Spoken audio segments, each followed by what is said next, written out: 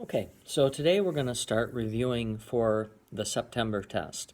Now, as up to this point, if you've watched all your lessons, then you should at least understand somewhat of everything that we've gone through. So we're just going to review the next few days. The first thing is telling time on an analog clock, and we want to be able to write that time in two different ways. So let me show you this clock. I want you to take a look at it. And I want you to, first of all, think about how you would write it digitally, like you see it on a digital clock. And then after you've done that, go ahead and write it in a different way. You would write it in words, but you wouldn't say the digital time, you would say it in a different way, kind of like you've seen in some of the videos that we've watched, especially on Khan Academy. Okay, so I'm going to give you some time to pause it, and then we're going to come back and give you the answers. So make sure you pause it now. Okay, now you're back, and this is the time that we have. Digitally, I will write it and show you what it would be.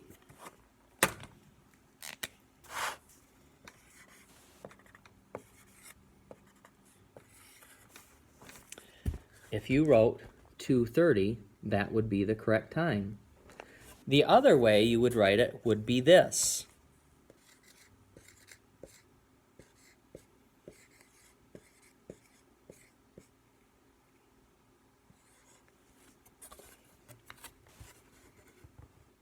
Half past 2. Okay, it's halfway past. It's at the half hour mark, 30 minutes. And it's past 2. So you simply say half past 2. You don't even need to write 2 o'clock. You can just say half past 2. Let's try another one.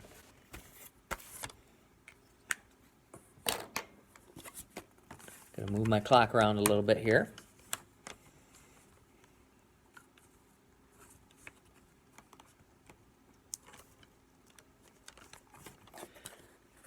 Okay, so go ahead and take a look at the analog clock here.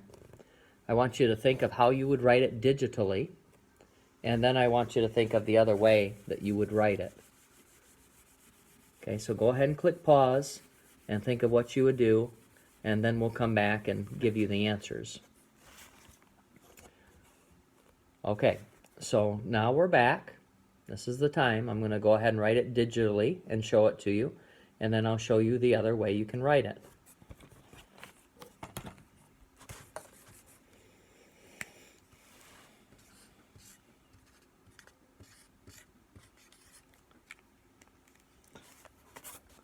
So if you wrote 4:45, you did that correctly. The hour hand, let's take a look at it. It's after the 4. It's not to the 5, so it's still 4 something.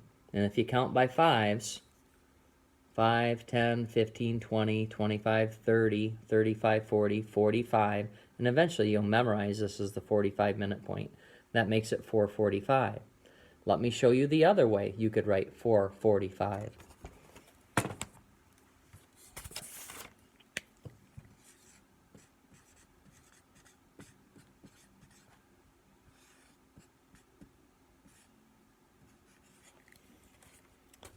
So you could also write it like this, 4:45. That means it's a quarter of an hour. Each 15 minutes is a quarter of an hour. Okay, 15, 15, 15, and 15 adds up to 60. That's how many minutes in an hour. So it's just 1/4, 15 minutes until 5. So that would be the two ways you could write that time. Okay, let's go ahead and do another one. Move my clock around a little bit here.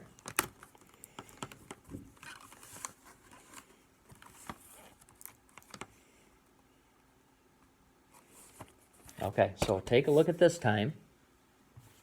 Right here, I want you to think how you would write it digitally. Then I want you to think of the other way you would write it. So digitally and the other way you would write it. Okay, so while you're writing, go ahead and click pause, and then we'll come back and we'll see if you get the correct answer. Okay, now you're back, so I'm going to go ahead and write this digitally first.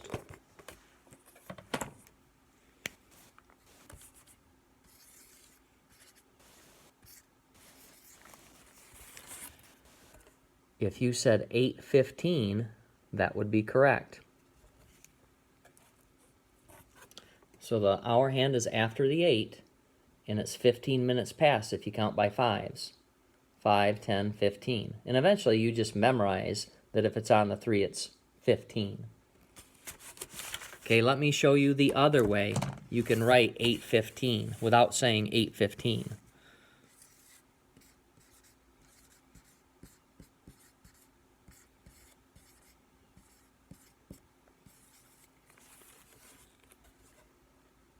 Quarter past 8. So instead of just saying 8:15, you can say quarter past 8. 15 minutes is a quarter of an hour. It's 15 minutes or a quarter of an hour past 8 o'clock. So you can say quarter past 8. So that's review for telling time on an analog clock, and you need to be able to answer it in 2 different ways on the test. Now, let's just do some basic multiplication facts.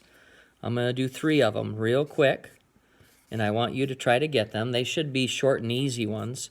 This is what the beginning of the test is going to be like, so it should really help build your confidence. Okay, here's the first 3 that I want you to attempt.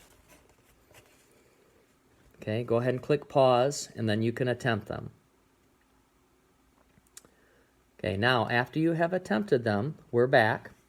Okay, we have 0 times 3. Anything times 0 is always 0.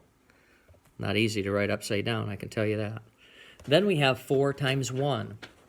Anything times 1 is the other number. So this is the other number right here.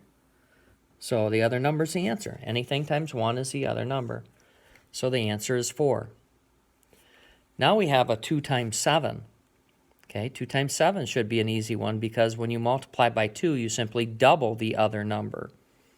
So this is the other number. If you double 7, that means 7 plus 7, you get 14. Okay? So those are 3 basic facts. They're going to be like that on the test. Okay? Study your basic facts. The more you do, the easier the test will be. Let me do some more basic multiplication facts. I'll go ahead and do 3 more. I'm going to do 5 times 6. I'm going to do 6 times 2. And I will also do 5 times 9. Okay, so let's take a look at these. Okay, go ahead and click pause and see if you can find all the products. Remember, that's what we call the answer to a multiplication problem. Okay, so now we're back and we'll go over the answers. 5 times 6, if you don't have it memorized, you can simply count by 5s until you have 6 fingers up. Okay, so 5, 10, 15, 20, 25, 30. There's 6 fingers. So 30 would be your product. So even if you don't have it memorized, you can still easily get the answer. Okay, then we have 6 times 2. So think about what you do if you don't have it memorized. You simply double the other number if you're multiplying by 2. So double this number, that'd be 6 plus 6, that would be 12, would be your answer. I know my 2 looks kind of funny, but it is a 12. Okay, 5 times 9. You could use the 5 strategy where you count on your fingers if you don't have it memorized, or you could use one of the 9 strategies. Let's just practice the 9 strategy for fun. Take 1 less than the other number when multiplying by 9. So 1 less than 5 is 4. So now you ask yourself, what do I add to 4 to get 9? 4 plus 5 equals 9. So 5 is your other digit. So 45 is the answer to 5 times 9. That's a pretty cool trick, isn't it? Okay, so remember all those tricks. You know, if you have them memorized, that's even better. But if you don't have them memorized, memorize as many of the tricks as you possibly can. Now, I want you to spend some more time doing other basic facts. You can do any basic facts from 0 to 9. And if you know all of them, this test is going to be super easy. If you don't know all of them, what you want to do is make sure that you can at least figure them out. You can use some of the short strategies that we just talked about. You can draw a picture, like a group picture. You could do an array. You could do repeated addition. any way you need to figure these out. That's what you're going to need to do on the test. So the more you practice, the easier the test will be for you, and it's going to be coming up very soon. So practice hard.